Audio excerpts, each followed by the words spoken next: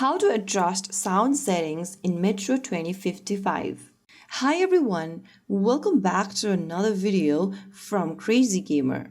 If you're feeling like the sound on your Metro 2055 game is too loud or too quiet or just not balanced properly, here is how you can fix it. First of all, open up the Metro 2055 game and load it fully. Once you are in, go ahead and look for the gear icon at the top right corner. From the settings menu that appears on the screen, tap on General. Under Generals, you will see the sound and music option. To decrease the music and sound volume, simply drag the slider towards the left and select your preferred sound or music volume from the tab. If you want complete silence, then you can also lower the volume of your device and keep it to 0.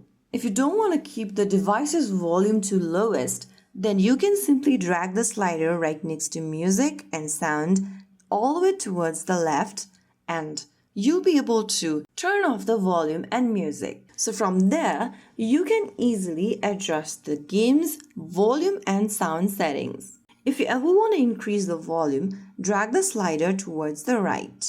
And that's it. From there, you can adjust your sound and music settings in Metro 2055. If you found the video helpful, don't forget to like, share and subscribe to our channel.